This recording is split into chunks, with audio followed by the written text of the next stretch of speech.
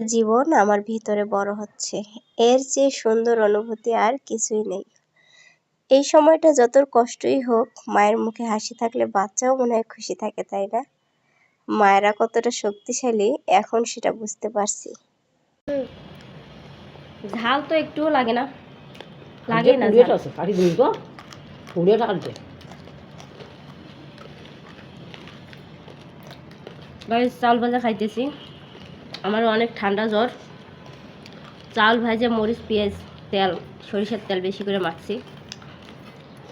দেখি কি হয়, যায় নাকি ঠান্ডা। এগুলো কি দিয়ে ভাজছেন? তেল দিয়ে? তেল দিছুন, নাহলে ফুটতো না। দিয়ে ঢাকি দিছুন। নেন। ওই কথায় এমন একটা মুহূর্ত, একদমই খেতে মন চায় না। সবকিছু গন্ধই অরুচি লাগে। মনে হয় কিছু খেলেই বমি বমি লাগবে। আগে যেগুলো খেতে ভালো লাগতো, এখন সেগুলোর নাম শুনলেই মনে হয় দূরে থাকি। শরীরটা মাঝে মাঝে দুর্বল লাগে, আবার মনটা অস্থির হয়ে যায়।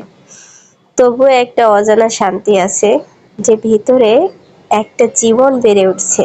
কিন্তু প্রতিটা সকাল যখন মনে হয় আমার ভিতরে কেউ নড়ে উঠছে, তখন মনে হয় এই মুহূর্তটাই তো জীবনের সবচেয়ে বড় আসলে।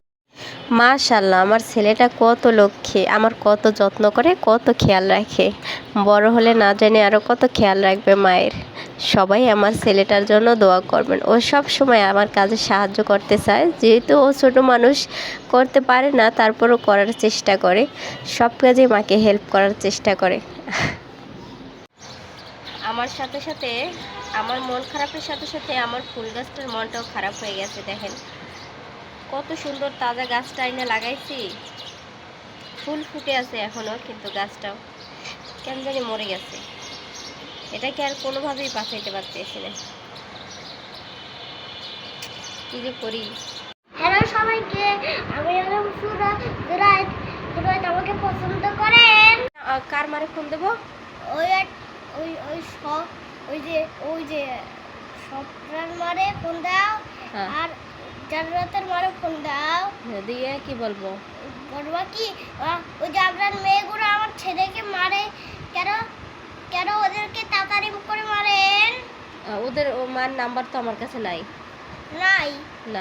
আমি বুঝছি না, 0197। হ্যাঁ, তারপর 450। হ্যাঁ, আর 910। এটা নাম্বার স্বপ্নের মার? হ্যাঁ। আর জান্নাতের আম্মুর?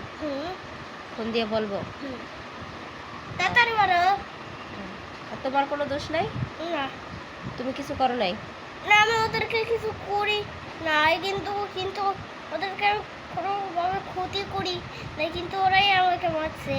ওরাই তোমাকে মারছে? হ্যাঁ। আচ্ছা, আমি ওদেরকে কিছুই করি। আচ্ছা, তাহলে কালকে আমি যাইয়া জিজ্ঞেস করবো আগে, ঠিক আছে? তাড়াতাড়ি করে কর দাও।